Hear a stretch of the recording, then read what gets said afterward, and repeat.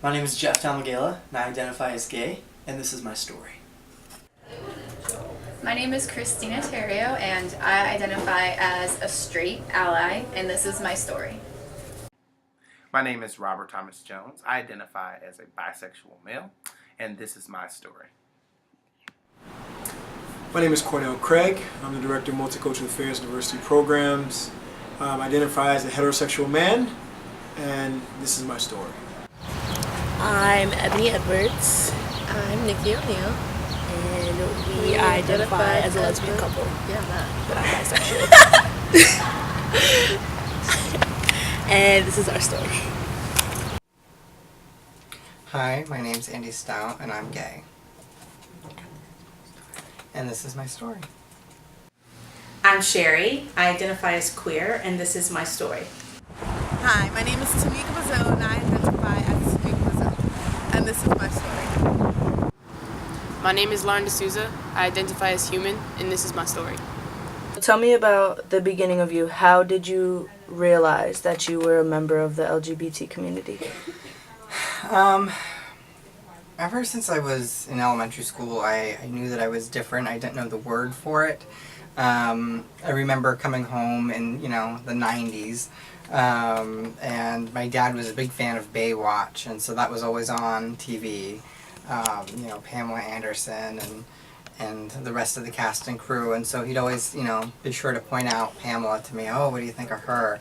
And I was never particularly interested in looking at Pamela Anderson. I was more interested in the male lifeguards. Well, in hindsight, I probably should have known a very long time ago. But I was like 23. I was in grad school, and I did what you should not do, and I happened to develop a huge crush on my supervisor, who also had never dated a woman before. In fact, she had a boyfriend, and it started out in that we were part of this group that worked out together every day, and then as challenges to work out go, like it's a big group, and then that's in January, and by March it's a small group, and by April it's just the two of us. And I probably would have stopped going too, but because I had a big crush on this person, I just kept going because it was my opportunity to hang out with her socially outside of work. I began as a little tomboy who used to run around her street with a bunch of guy friends, trying to figure out why, honestly, I didn't like dresses, didn't like the color pink, and I think it was when I was in 8th grade when I finally realized that I am who I am. It was actually at a soccer tournament when I played horrible, and I was approached by someone who I could trust, and they came up to me and simply asked, what was in my head, and I told them, honestly, that, for the first time in my life, I think I realized that I like girls, and it was then when the rest of my life kind of happened. I met Nikki at an all-girl camp, surprise, surprise, and she was my best friend for 6 years, and I decided that I wanted to be with her. And she playing these games. What games did she play? Nikki wasn't actually comfortable being out and gay. She came out to me years before, but she wasn't exactly comfortable. So she went back and forth between pretending to be straight and actually being gay. I didn't actually pretend to be straight. You never heard about it. No, I just didn't want to tell anybody yet, other than people that are close to me.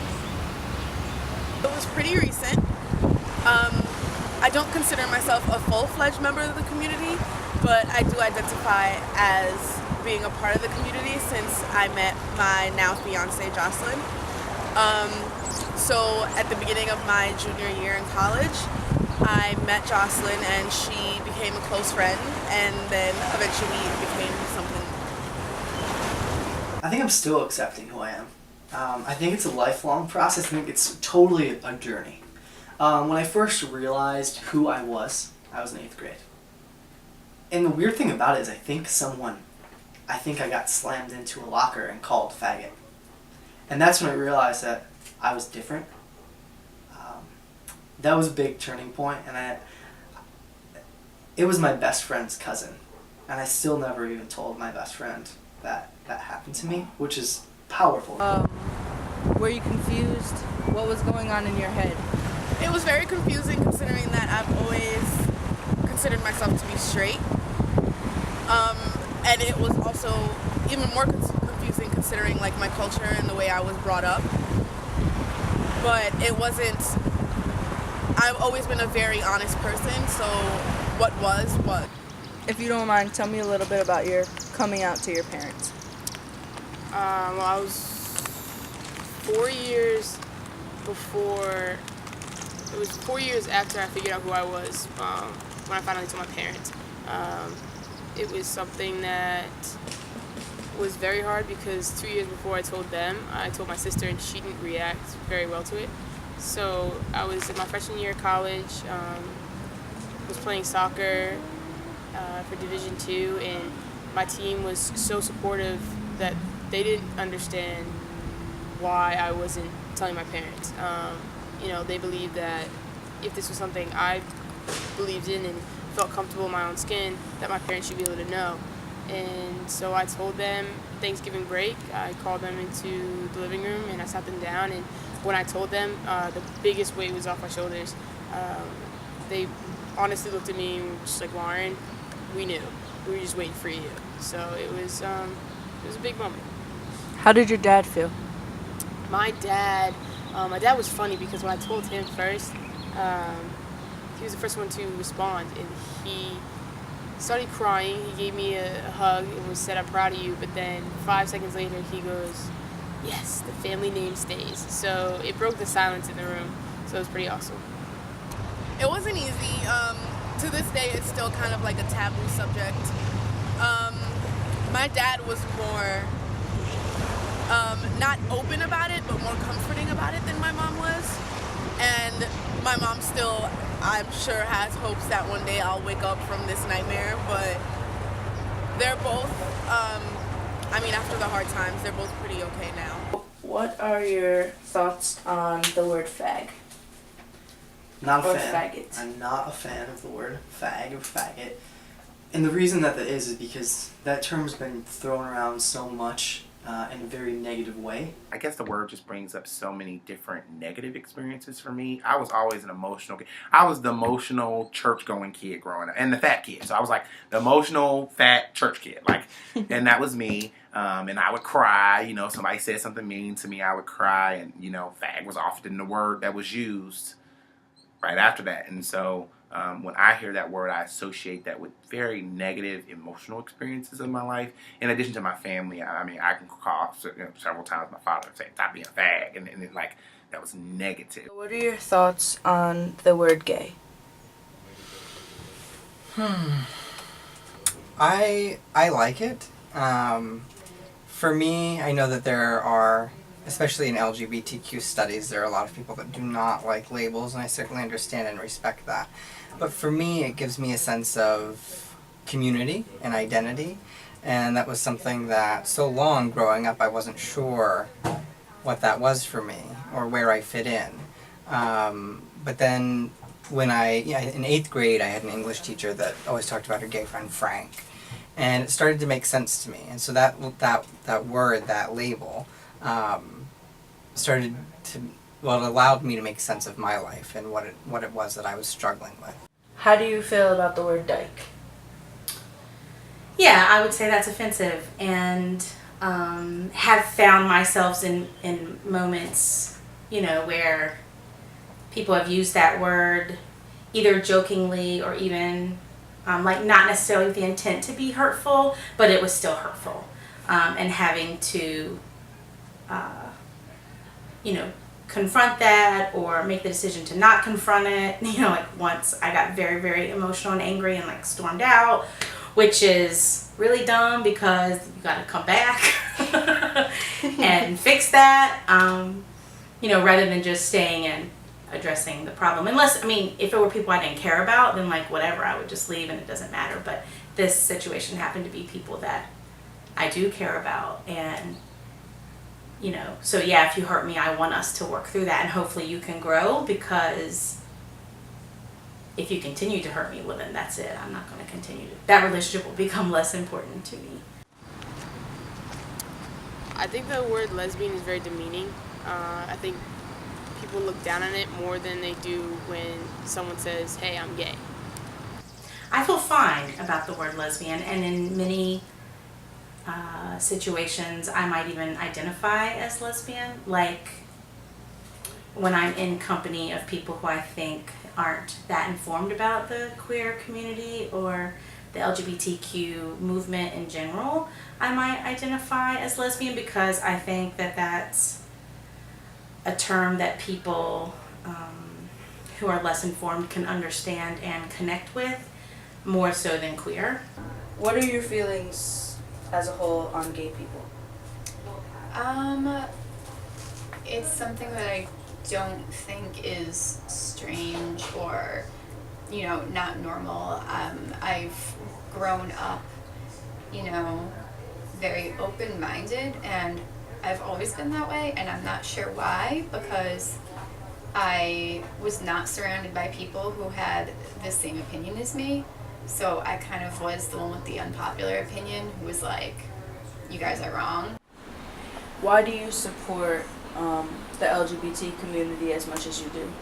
Well, it's been a process of growth for me. I grew up playing sports in very athletic environments, which were in turn very homophobic environments, especially playing football, but also other sports, even track and field and baseball. So it was something that I didn't question because it was a part of an environment that I grew up in. That was the go-to taunt for another young man, is to challenge sexual orientation or challenge their masculinity. So it was really part of the culture. But as I evolved, as I grew older, as I became more aware, I became more sensitive to marginalized groups by becoming more sensitive and more aware of my own marginalization within society and within communities. So that really helped me broaden my scope to really understand that it's hard to, and it's not fair to be against marginalization in one area and then just ignore it in all other areas. Do you see yourself as a femme, or are you attracted to femmes? I'm not. Well, let me answer your first question first. I don't consider myself a femme, and I'm not necessarily attracted to them either.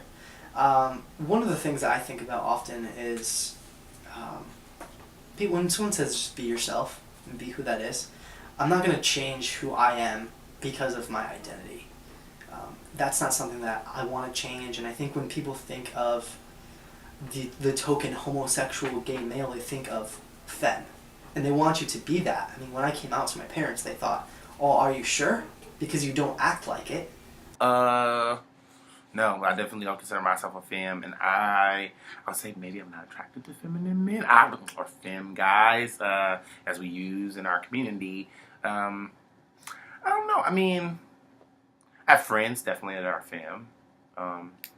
I don't necessarily think that's something I'm sexually or more, that way attracted to for me. And my masculinity is so important. And I think it will always be important. I mean, just being a man, my manliness, being a man is so important to me. So, yeah, but definitely have friends, definitely know about the term, use the term. I mean, it is, yeah. That femme bottom over there. I mean, we use it all the time. It's part of our culture, so, yeah. That's a really good question. For a long, long time, I resisted to be identified as feminine or effeminate in any sort of way. And that also kind of sparked my interest in masculine studies, and I think that's partially why I teach men and masculinities.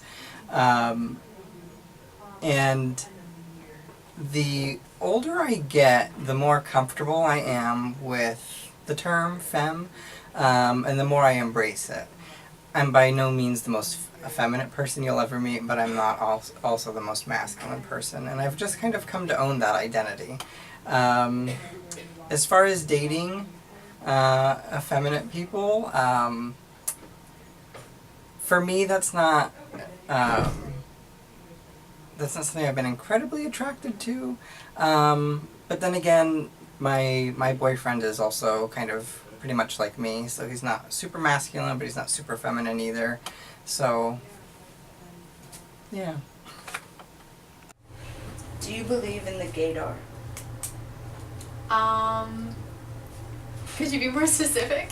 So, gay people, more often than not, feel as if they Like, can tell. Yeah, like sense when another gay person is there. And straight people say that they can too. Do you believe in that? Do you think that you can call somebody out right away on being gay? Personally, myself, no. Sometimes, like, I have, like, a hunch, and maybe that is just because I've grown up around a lot of people who identify as gay, but I never want to be like, oh, they definitely are. Like, if I think it, I'm like, oh, like, maybe they might be. I got a little vibe. But my best friend Brett would definitely say he does. I was unsure about someone one time, and he was like, oh, like, have him, like, come over, you know, whatever. And the kid, like, opened the door handle and just said hello, and Brett looks at me and goes, yup. And it turns out he was, and they actually ended up getting together. But, so he believes it. I mean, he explained, I always ask that, I'm like, how do you, like, know someone's, like, interested, you know, unless they pretty much, like, I don't know when someone's hitting on me unless they're like, do you want to go out sometime? So it's like, how is that different for you? And he's like, you know, it's just certain looks, certain glances, whatever it is, and it's like a sixth sense. Like, I don't know, I guess so. He believes in it. I definitely don't have it, but Absolutely. Yeah, I believe in the gaydar. I think for some, though, I think everyone's journey is different. And I think where someone is at in the journey is dependent on how someone is viewed.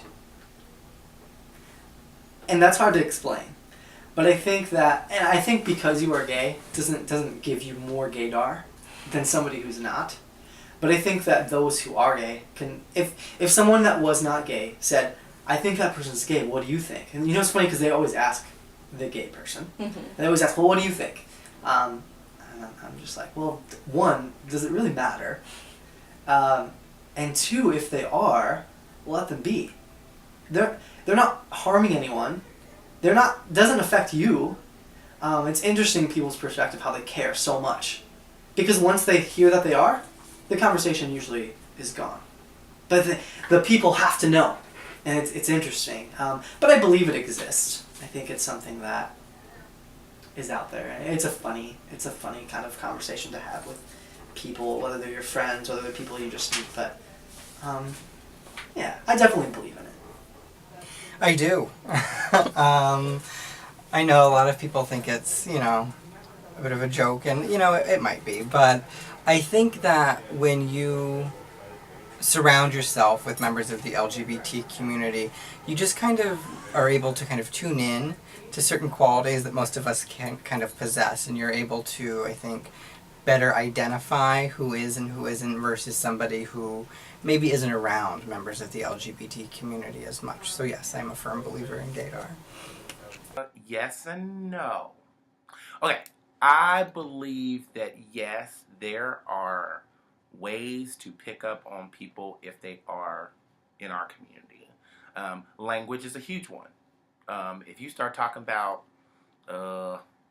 Grindr, or, I mean, those are things that gay men use, or, you know, I mean, if you start talking about that, I'm definitely now going to know that you're gay, or that you're bisexual, or that you know, you're queer, or, you know, so language is a huge part of that. Where I like to tend to go with it, though, is I don't have to let everybody know about my gaydar. I don't have to so if I'm in a a situation where maybe, you know, there's in the closet gay person and a straight person right here, and this in the closet gay person says something, and it's like, oh, I now know that you are where you stand. That does not enable me now to tell that straight person, oh, well, this is what's going on. Like, I don't think, so oftentimes if I do use my gaydar, which I just think is just, you know, just being clever, listening, you know, paying attention to what's going on around you, I don't choose to share that. I mean, I feel like people are gay when they tell me they're gay. It ain't none of my business to share that or to say anything until they tell me that they're gay. I don't know. I think it can exist in the sense that we attribute certain mannerisms, presentation, right or wrong. We attribute that based on to a particular identity, be it gay, straight, black, white. It really has no scientific foundation, but it definitely has social value. So how do you feel about the Stonewall riots? What really stuck out to you in that situation? I really, really appreciate the Stonewall riots in many ways. But I think, and it's to paraphrase what one of the gentlemen being interviewed had said, is it was that pivotal moment when you had a group of people that had just been terrorized by the police and by authorities in general. And, you know, one night they just decided that they're not going to take it anymore. Enough is enough. And, you know, somebody else that was interviewed for that documentary, Stonewall Uprising, said that his father said to them, well, it's about time you faggots stood up for yourself. A lot of times with social change, there needs to be, there's often violence or an uprising associated with that spark of change. And it helps when the media can grab a hold of it and share that message. And I think Stonewall was one of those situations where the gay community was targeted, and there was resistance to that targeting, and it blew up, so to speak. And it not only ignited a cause, a movement, but it also just created more awareness, not just in New York, of course, but nationwide. So what historical moment with the LGBT community stands out to you most? Probably Matthew Shepard. You're familiar with that story? So, right, that's a young man who, young white man in maybe Wyoming, I think, and some of his high school peers take him out and like beat him pretty brutally and then tie him to a fence and he dies. That happened shortly after I started kind of working through my sexuality, and so that story was really prevalent in the news at the same time as I'm like navigating, is this relationship with this woman real? Is this who I am? Can I take this on as an identity? Is this who I want to be politically in the world? Something that stood out to me was I read an article by named Leslie, I don't remember her last name, but it was mainly about how she was born a female and identified as a transgender, and based on her gender expression, that's who she wanted to become. And the way that it was written, the woman doing the interview just didn't concept the idea that people can be born one gender and transform themselves by their expressions into another, and that just really upset me. I guess because people are so stuck in what they think is right and what they believe that they don't understand that people can change themselves into being whoever they want to be, and whether that's the gender that they were born in or not, like, it's who you are. We can't change it.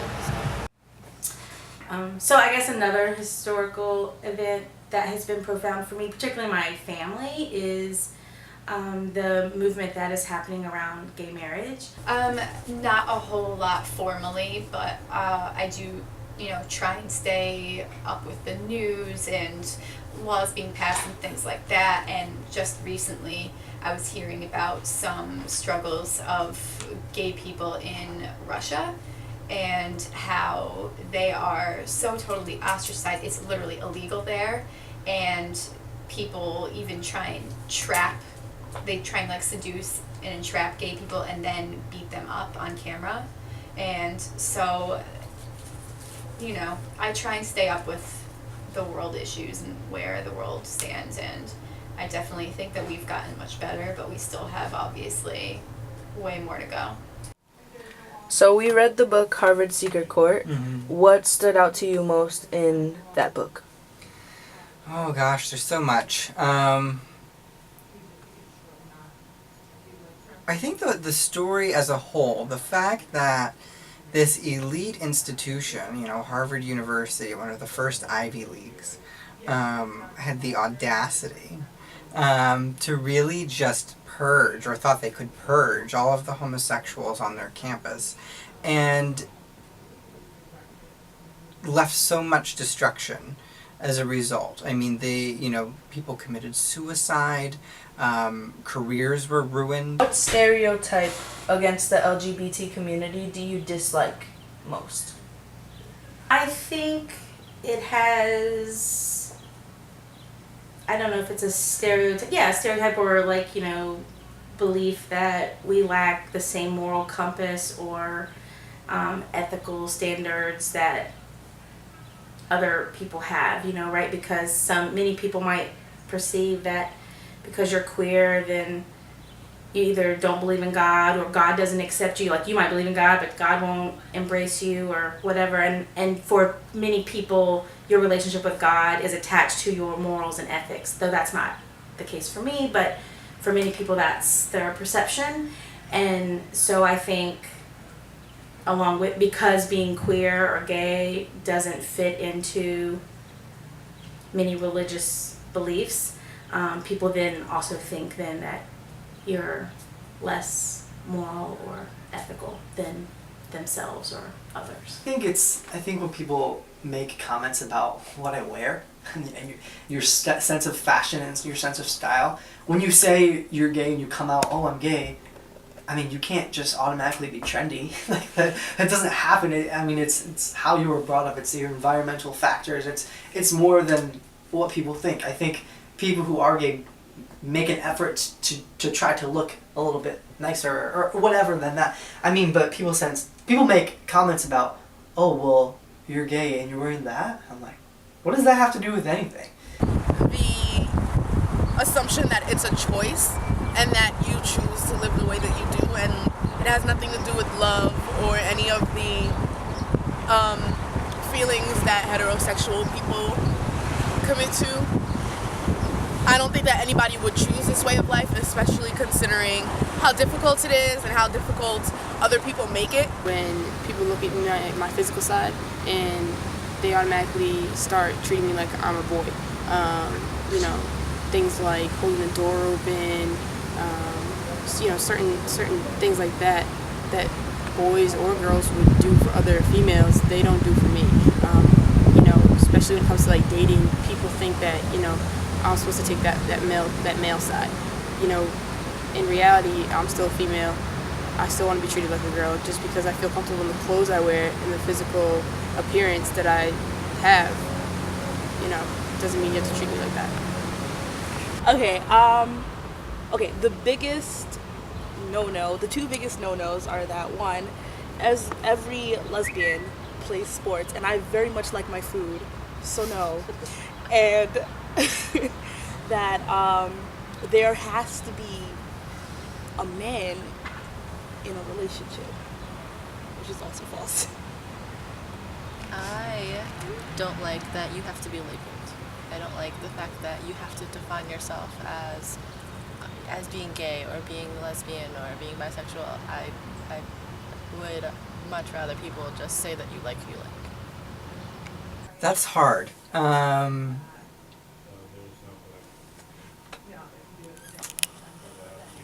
because there are so many, but I kind of like a few of them, I'm not going to lie.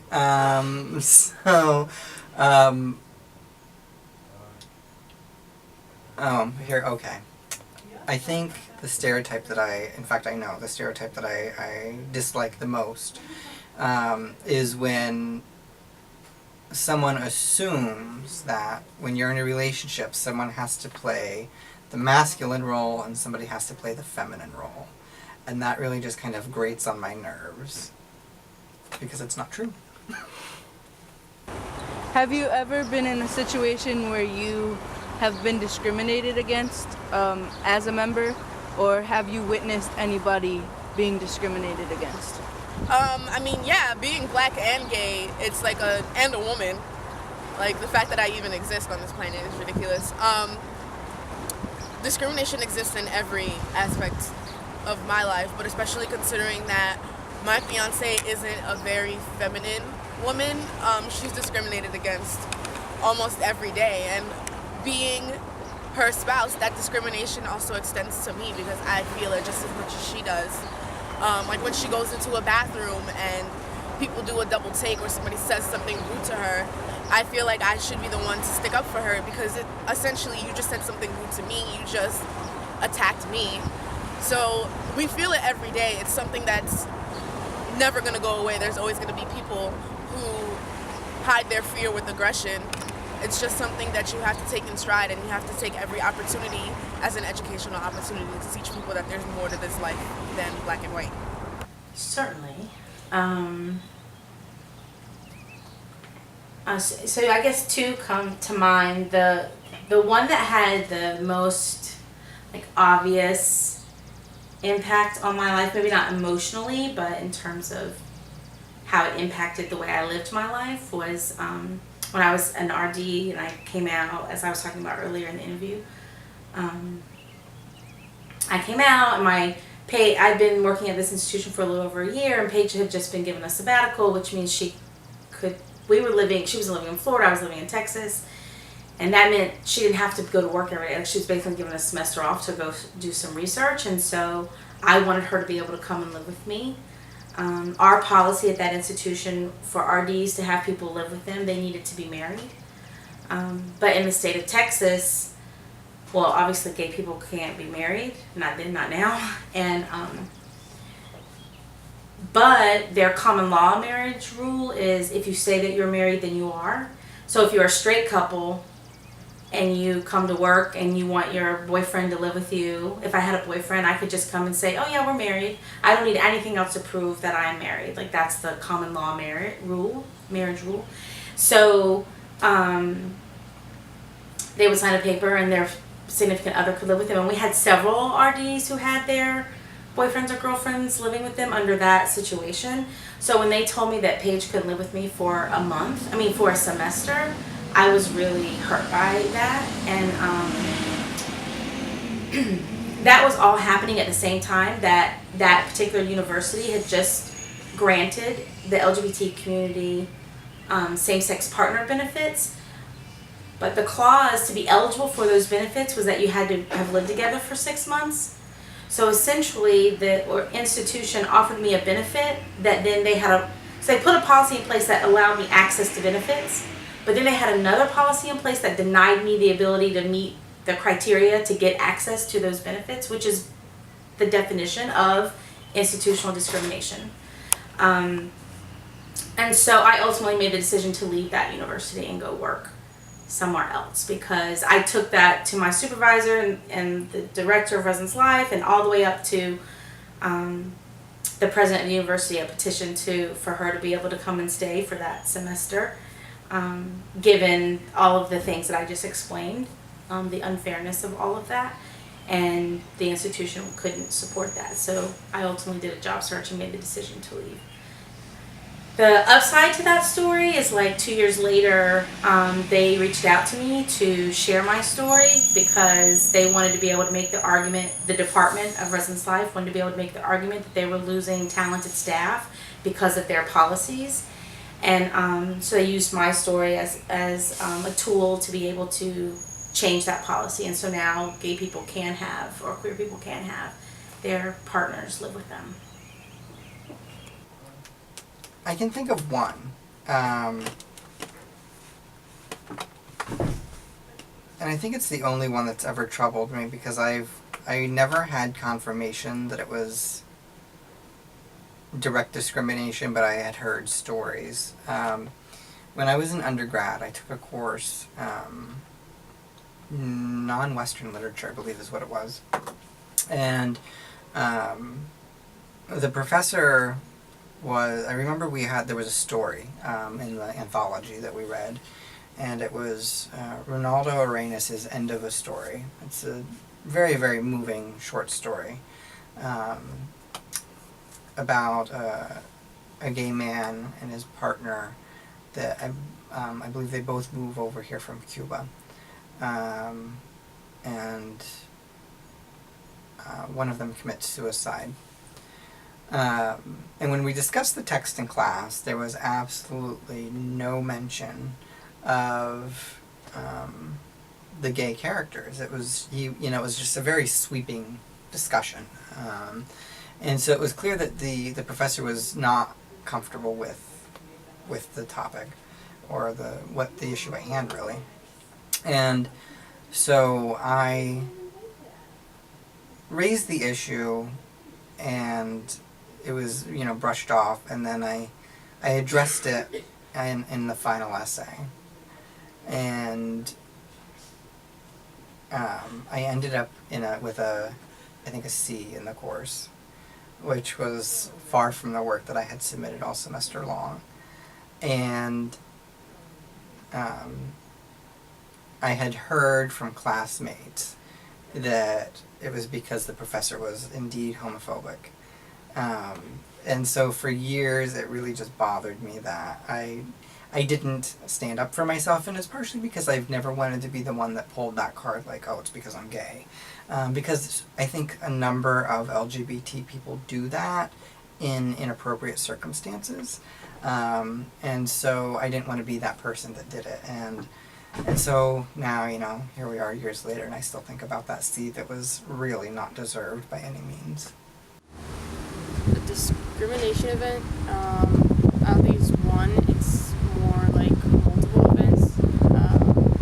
Many times that I'm in public and, it's a simple stare can say it all. Walking to the girls' bathroom and, there was one episode where a man chased me from behind, yelling at me, saying that, I can't go into the women's bathroom. And when I turned around, he didn't realize that I was a woman. He felt dumb, but, you stand there and it's kind of just like, you feel awkward and it's something I can't help. But it happens. Joining the soccer team, I was lucky that they were all comfortable, but there were a couple people in the beginning that, had a problem with it, and the things that they said to me, it was hurtful. I remember going to a basketball game with a couple of them, and a man behind the counter mistaken me for a boy, and when I turned back around to my teammates, a bunch of them were asking, are you okay? Like, are you alright? And the one that didn't looked at me and said, but I thought that's what you wanted. And I kind of looked at her and was in disgust and was just like, well, I thought you were supposed to be my teammate and understand that, hey, I'm still a woman. I see myself as a woman. Why would I want to, be seen as a man?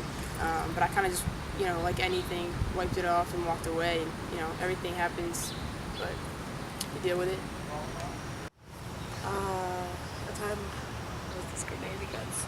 Actually, it came from my own family. It was just one of those, there is no way that you can be gay and still live here kind of thing. If you're gay, you're cut off. It was one of those things, and it sucked that it came from my own family, but it's how it is. Mine came from my family too. Mine was my mom, and she told me that she's like, you can be gay, but you can be gay and not live in my house. So that's the end of the So you guys pretty much went through the same thing, and you're still sitting in front of me today, so we see what you guys chose. Yeah, it's okay. So before you mentioned that you have 2 gay best friends, have you ever been in a situation where you saw them being discriminated against, or have they told you a story about a discrimination event? Absolutely. with Erica, no one really knew about her until she was maybe a senior in high school, including myself. But something came out. It was kind of like rumor that they thought at like a sleepover, Erica and another one of my friends, had hooked up or whatever, and people were, not very positive about that, and a lot of people stopped being friends over it, but me and Erica, never stopped being friends, so I watched that.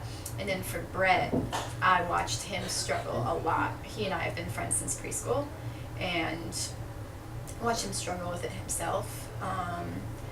He used to be very, very, very, very highly sensitive about it, and the ridicule he would get, and he didn't formally come out until right before we graduated high school. And by that point, I had known, but that's when he felt comfortable coming out. And honestly, he's just been so much better for it, once he accepted himself and owned it, and it is who he is, and it's not a big deal, and blah blah blah. His life has just really gotten significantly better. He's happy. You can just tell, that he's much happier. He's much less stressed and everything like that. And his mom had a hard time with it, but she eventually came around. And my uncle did not come out until he was in his early 30s, and he had a partner. And my grandfather, who is from Ukraine, really struggled with it. Really, really struggled with it. But my mother and myself and my brother, we really didn't.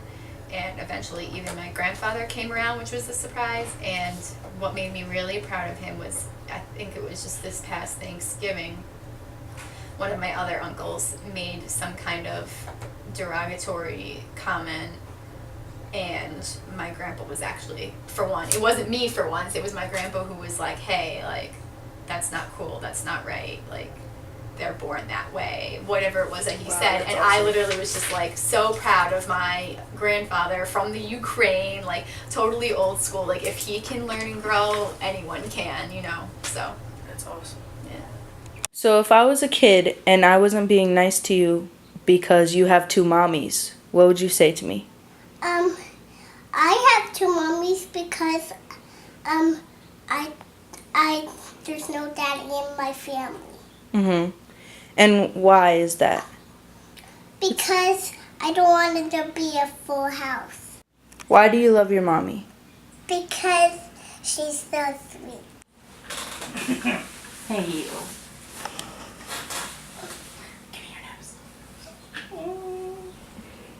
Love you. Oh, look. Hi. Where's my big kiss? Okay, tell me, do you want a big hug? A little hug? A big hug. A big hug. Good job. What do we call Charlie? Oh, do you want Charlie Pie? Charlie Pie. My name is Jocelyn DeWitt. I identify as gay, and this is my story. So, how does it feel to be in the spotlight of your own documentary? It feels pretty weird, simply because I didn't expect to be a part of my documentary. I didn't expect to let my story be told. I've always been the type of person to focus on other people, and I think that it's really shown in this documentary because I was running around trying to get interviews with other people and didn't realize that I go through the same stuff that a lot of them go through. I have the same issues and problems that a lot of other studs or members of the LGBT community in general go through as well. So, when did you know that you were gay? I knew of the term when I was, I think, I would have to say when I was in about 7th grade, I realized that I was gay. But before then, I knew I was into girls when I was like 6 years old. And that's really when a lot of my friends discovered their first crushes and started looking at guys the way that we do. But I think that it was 7th grade because a 9th grader who I actually still know, she called me a dyke, and I didn't really know what that meant.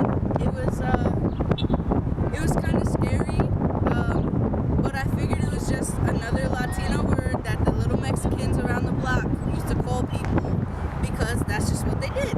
And it wasn't until I went on Urban Dictionary, probably not the best idea, and kind of researched about the word, and I was like, damn, that's hurtful. Like, that is some real stuff.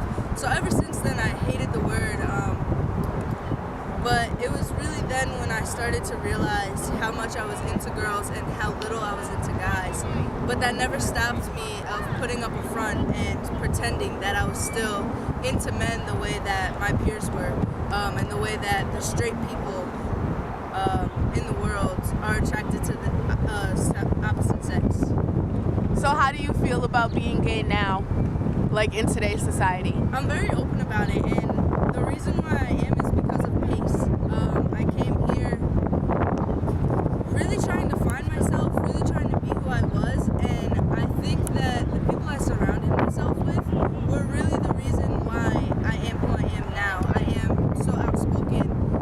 My fiance, actually, when we started dating, she was the reason why I told my family, because I saw her and I was like, she's the one. And it just really motivated me to go out and let everybody know this is me. And if you have a problem, I don't care. I don't really give a shit, because that's on you. So how do you feel now that you've done this documentary and you've gotten to know a lot of your peers and your professors and your mentors very differently? Yeah, it was really weird. A lot of the clips that I have aren't even in the documentary, and I'm gonna save them forever because I really did learn a lot.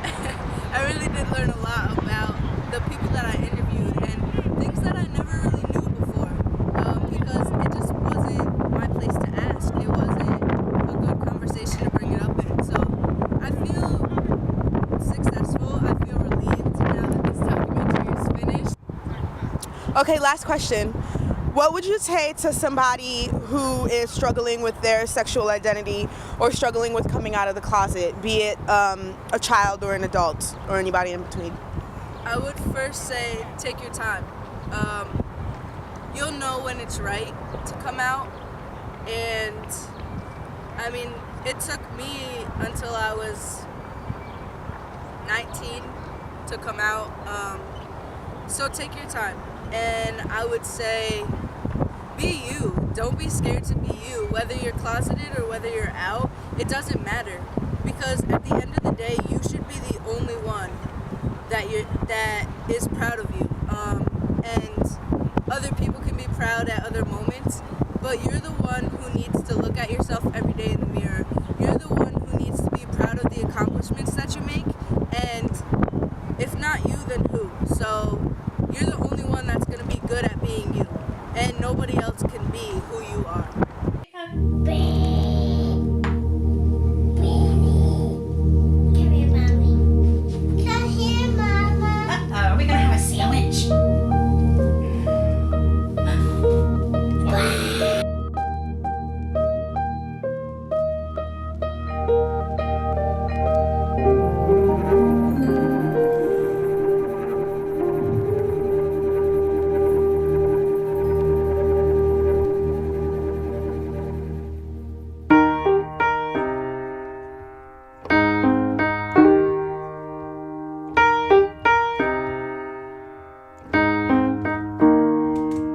When I was in the 3rd grade, I thought that I was gay, cause I could draw. My uncle was, and I kept my room straight. I told my mom, tears rushing down my face. She's like, Ben, you've loved girls since before pre-K. Trippin'. Yeah, I guess she had a point, didn't she?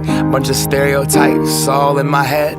I remember doing the math, like, yeah, I'm good at Little League. A preconceived idea of what it all meant. But those that like the same sex have the characteristics. The right-wing conservatives think it's a decision, and you can be cured with some treatment in religion. Man-made rewiring of a predisposition, playing God.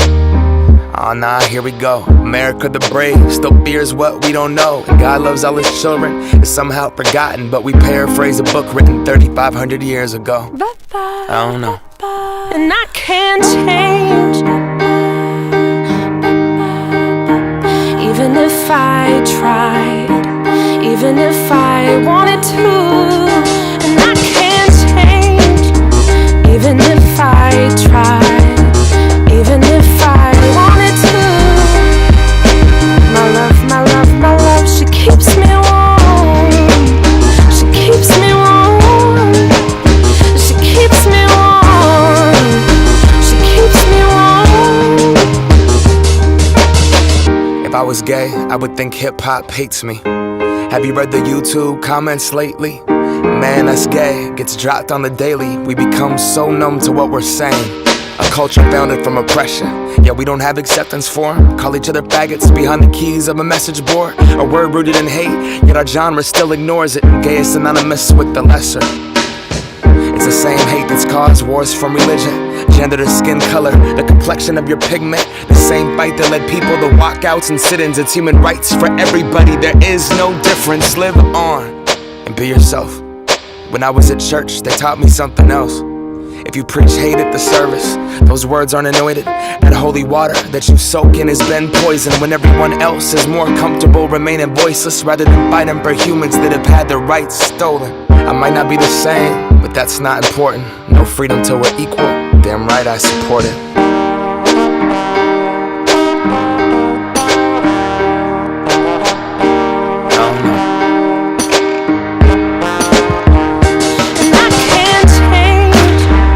Even if I tried, even if I wanted to. My love, my love, my love, she keeps me warm. She keeps me warm. She keeps me warm. She keeps me warm. We press play, don't press pause. Progress march on, with the veil over our eyes. We turn our back on the cause, till the day that my uncles can be united by law. When kids aren't walking around the hallway, plagued by pain in their heart. A world so hateful, some would rather die than be who they are. And a certificate on paper isn't gonna solve it all, but it's a damn good place to start. No law is gonna change us, we have to change us. Whatever God you believe in, we come from the same one. Strip away the fear, underneath it's all the same love. About time that we raised up. And I can't change, even if I tried, even if I wanted to. And I can't change, even if I tried, even if I wanted to. My love, my love, my love, she keeps me warm. She keeps me warm. She keeps me warm. She keeps me warm. Love is patient. Love is kind. Love is patient. Love is kind. Not crying on love is patient. Not crying on love is kind. I'm not crying on love is patient. Not crying on love is kind. I'm not crying on love is patient. Not crying on love is kind. I'm not crying on love is patient. Love is kind.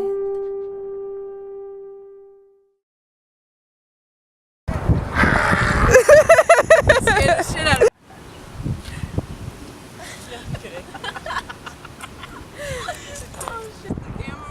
No.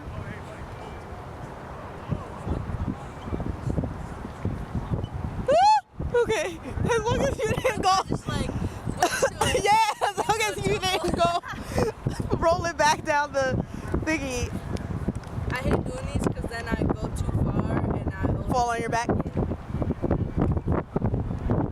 I can't. to your local gay.